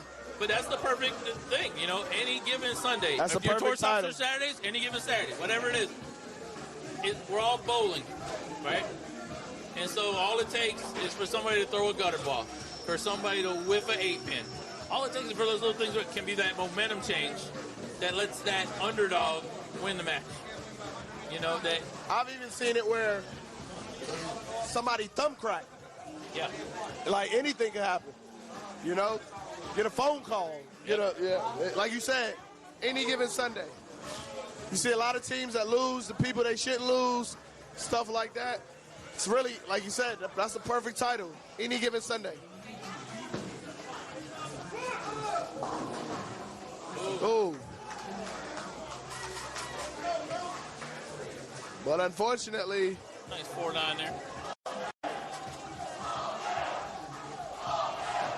As we hear this Southern Asylum, So real quick on that Southern Asylum chant that you might have heard in the background, that SA all day stuff. First of all, it's UBA all day. Then the team to do it was CA all day. So like they're copying the copy of the copy. So it's like remember when they're copying the copy of the copy. You remember when score sheets in the bowling alley, you had like 4 carbon copies and all that stuff? They're that bottom pink one. You know what I mean? You can barely read. You can barely read, right? After 2 days, it's gone. After 2 days, it's a blank sheet of paper. That's what that is. I appreciate the energy. I'm all about the energy. I love their energy. They're the copy of the copy. But copy of the copy, I mean, the only thing worse is to have to get a typewriter out. You know, that's about the only thing worse. See, the thing about Southern Asylum is I believe they have the pieces, but for some reason, against big matchups, they fold. And it's not their inability to get there, it's the inability to cross that finish line to get to the next step. Same thing like last year. They were in second and third all last year, and it came to the bottom, to the last stop, and they folded. And that's always been my critique with them, is can you cross over and get to that next level? Because you have the bowlers. Yeah. They have the bowlers, you know? Not only do they have the bowlers, I feel they have the experience. But you got to show up. You can't just have it on paper. You can't just have it on paper. I mean, because one of those things, too, you talk about it on paper, DSL, everybody's always looked at DSL as, like, the top dog, right? Yeah. If I'm not mistaken, I think last year was their first time they ever won a playoff game. Ever.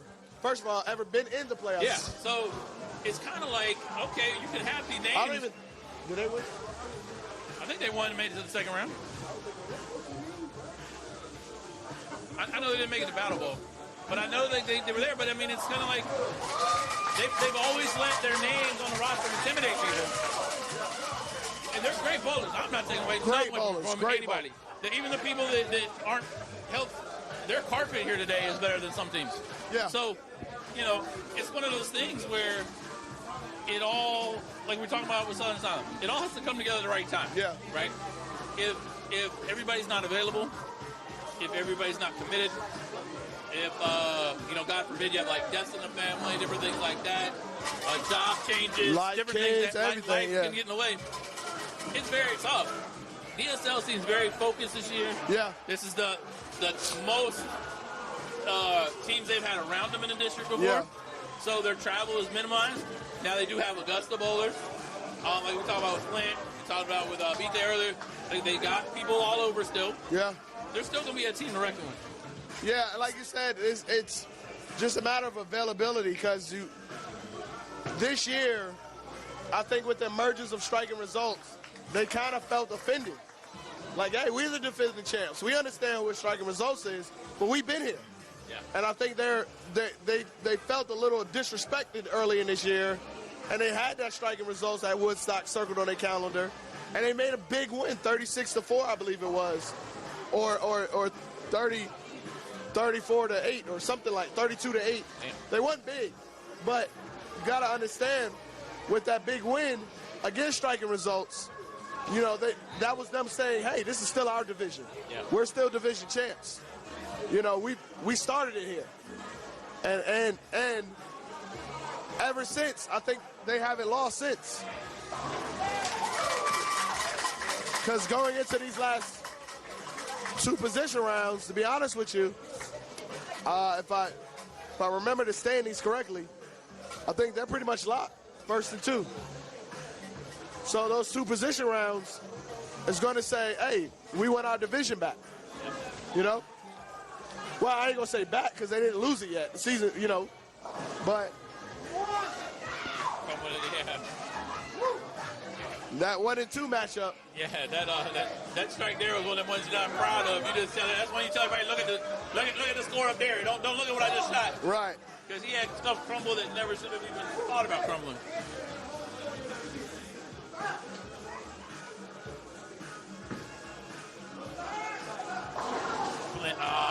Flynn almost had that one. I'm not going to lie. At this point, we're in the 7th frame.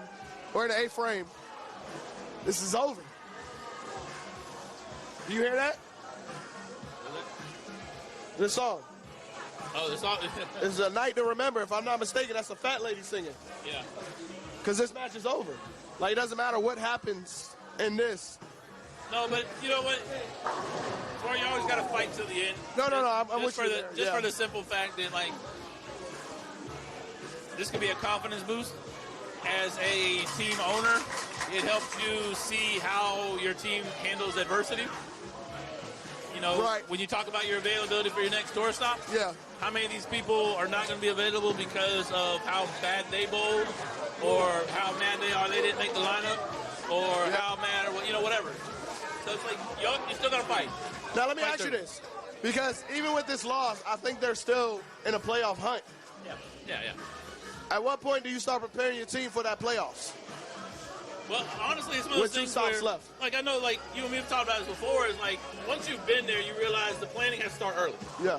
You have to worry about get your people's games in early. You know, whether it's 9 tour stop games or whether it's the 6 tour stop games in an event, you want to do all that early because you don't want to get in a spot where you're in 5th or 6th and you're like, damn. Like, and everything's a must win. Yeah, everything's a must. You don't want to do that, right? Nice strike there. It's one of those things where it's like, if you haven't started preparing for it now, you're kind of behind the 8 ball. Yeah.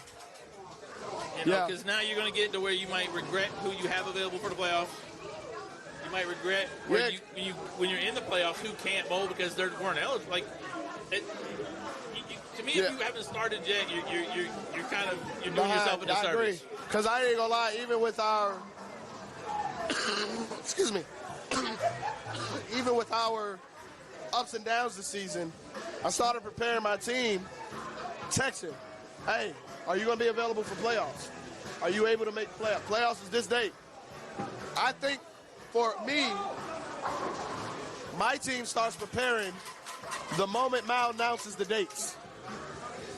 When he announced what dates the playoffs is, that's when I start sending out. Like you said, I try to get the ones that I know that I want in the playoffs, try to get them 3 games, 3 tour stops out the way early. So just in case if something happens, new job, kids start sports, you know, anything can happen. Like if you even look at striking results, Lane had surgery in the middle of the year. If he got his 3 tour stops, now he's ready. Now it's just for preparation for the playoffs. So I think a lot of times we look at these playoffs and we look at the preparation for them is you got it, like you said, you can't wait too late to get your team ready. When he announces them dates, who's available for playoffs? This is what our playoffs may look like. I had one guy who told me he was bringing 20 people to the playoffs.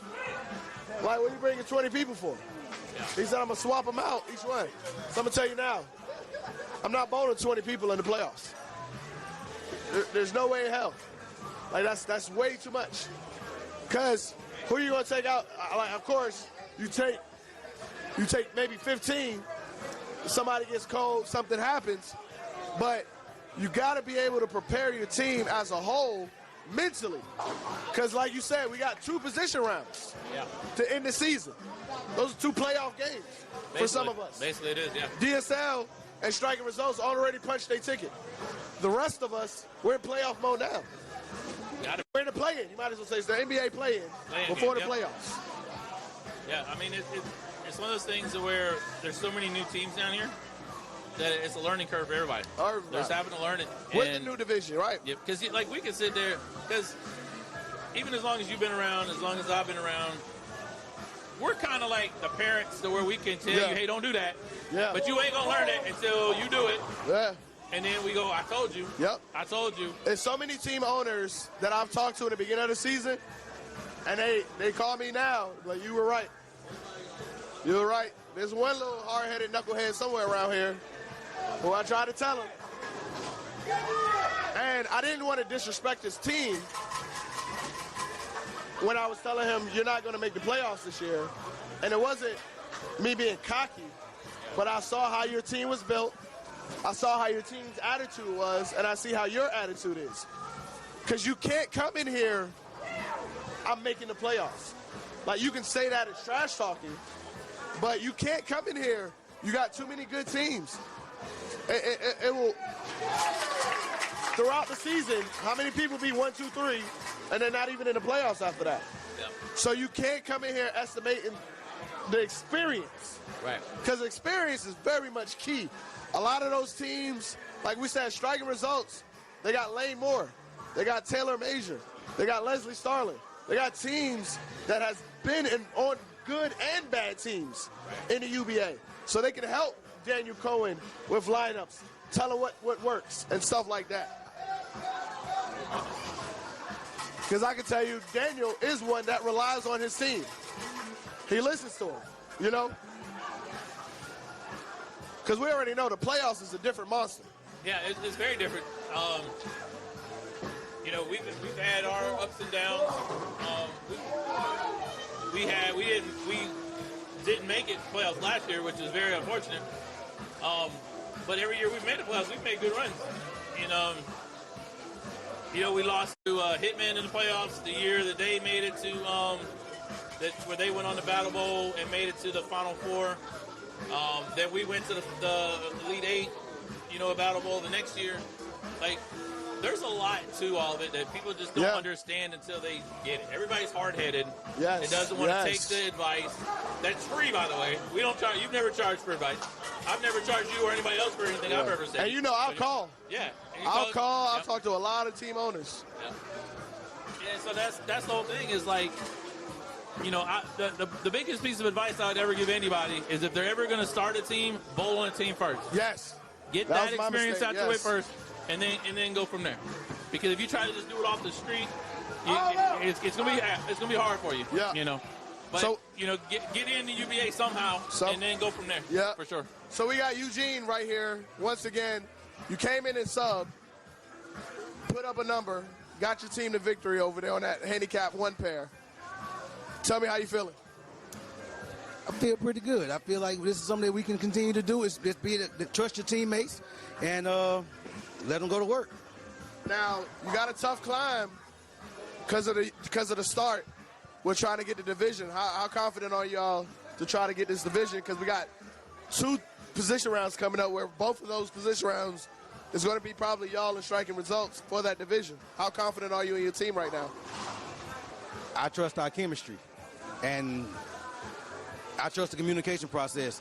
Normally when one of us get lost, we got somebody who can send them, direct them, and put them in the right direction to get them online at least so they can spare until they can figure it out. How important it is for not to be in your feelings when you have to get a sub. I got pulled about 6 tour stops ago on the game we won, and I was in my feelings a little bit. The person who took my spot really didn't do much, way better than me, but we won. I was a team player about it, and since I got back in the lineup, I'm averaging 250. So my new shirt name is Don't Pull Me. But so to come from being pulled to being the one being subbed in, fresh off of vacation, because you're looking good, sir. You're looking good. You look brighter. You look lighter. You know, you look light on your feet out there. Great win today. Good luck to y'all going the rest of the season. But as we're wrapping up here, it looks like Top Shelf will take this third game, and DSL will win the pair 8-2. Yeah, so it should be a 28-12 final. 20. One question from Jonathan Clark on here who's asking about the UBA team. How late can you add? So how late can you add somebody to your team? So you can add somebody at any time. For them to be playoff eligible, they have to bowl 6 tour stop games for you. So most of the districts are already past that. Most of us only got 1 stop left. Some got 2. They still got 2 left down here or 3 left down here? Still got 2 left after today. So no across in Roswell. Yeah. So so you would basically have to be on a team, bowl the last 6 games for this tour for your new team if you were going to try to do that for the playoff run. So, but yeah, we appreciate everybody for watching. Yes. Please check out Mark Trails, man. Show he's got it on his YouTube channel. Yes, I'll be doing a recap show tonight. recap show tonight. You will not see me on there. I'll be sleeping after my drive home. The Outside 72 on YouTube. Yep, Outside 72 on YouTube. And if you and follow them on Facebook and stuff too. UBA all day, baby. UBA we'll talk to y'all all later. day. Thank you. We appreciate y'all.